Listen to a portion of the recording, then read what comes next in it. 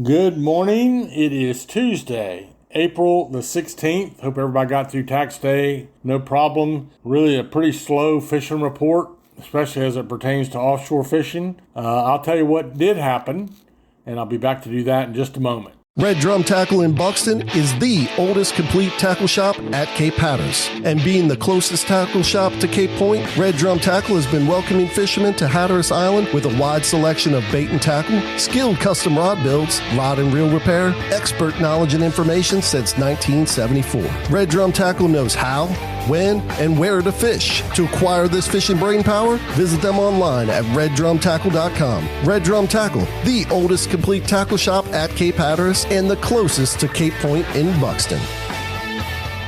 At Fishing Unlimited on the Nags Head Manio Causeway, not only can you get stocked up with all the bait, tackle, and amenities necessary to fish, but you can also be your own captain. That's right. At Fishing Unlimited, you can rent one of their spacious pontoon boats to go fishing, crabbing, dolphin watching, or just to cruise the Roanoke Sound. It's family fun at its finest. Half-day and full-day rentals are available. Be your own captain at Fishing Unlimited on the Nags Head Manio Causeway. All right, as far as offshore fishing, I really couldn't find anybody that went offshore. It's a little bit on the breezy side. You know, I know the last couple of days the fishing has been really slow. I did talk to Captain Ned Ashby last night about when he might go fishing again. He thinks Friday. That's a combination of no bookings during the midweek this time of year and weather and other things. But the last few days, I mean, pretty much horrible offshore fishing, just a scattered blackfin tuna, one or two little baby dolphin or mahi,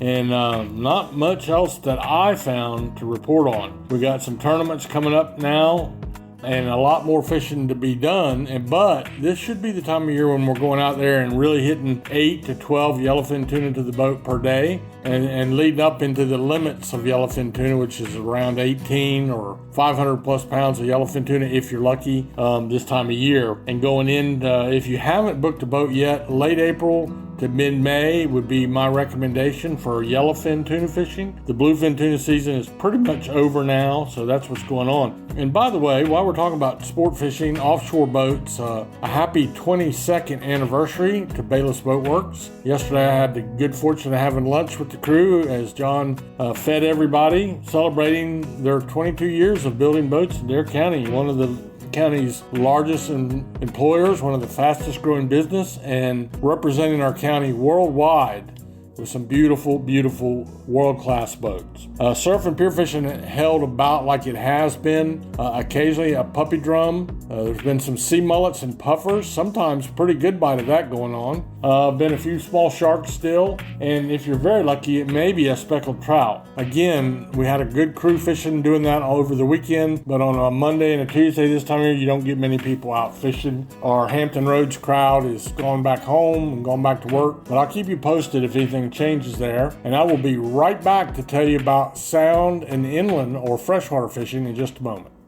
Join the crew of the Miss Oregon Inlet 2 for an Outer Banks fishing trip that's fun for the whole family. Located at the Oregon Inlet Fishing Center and running 3 trips a day, their spacious 60-foot headboat can accommodate up to 65 people. The Miss Oregon Inlet 2 crew can get you all rigged up to catch a variety of fish in the ocean and the Sound, but they're famously known as the Flounder Pounder. For more information on how you can hop aboard, go online to missoregoninlet.com. The Miss Oregon Inlet 2, an Outer Banks experience that's sure to create a lifetime of memories. Again, very little effort made in the Sound. There has been a good speckled trout bite, and the fish are getting bigger. Now we've seen a couple of 6-pounders. Remember last year, roughly around this time, we had some 8-pounders, a couple of 9-pounders. That's a big speckled trout. But it's either that or a puppy drum, or the other thing that's going on, and some of it in the surf, some of it on the piers, but more of it back in the Pamlico Sound, some bluefish around. We're seeing a lot of these 5 to 6 pound bluefish, a lot of fun to catch. Good to eat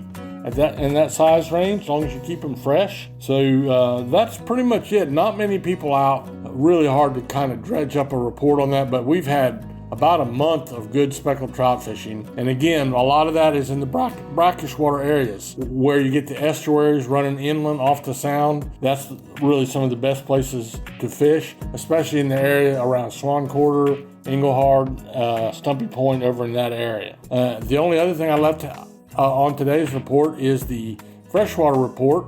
And really, other than I did hear I talked to a guy at the gym this morning at the Roanoke Island Fitness Lab. I talked to a friend of mine, Dave Racky, who I talk about a lot. Probably one of the best fishermen I've ever met. Still loves to fish, even after almost 35 years in the cockpit of a charter boat. Dave's been crappie fishing, and it's been good. We get a warm day. He's up on the north end of the beach, up in Currituck area, and he's been catching 15 to 30 crappie a day on minnows. That's all I have for the freshwater report. I'll keep you posted as the week progresses, and thank you for tuning in.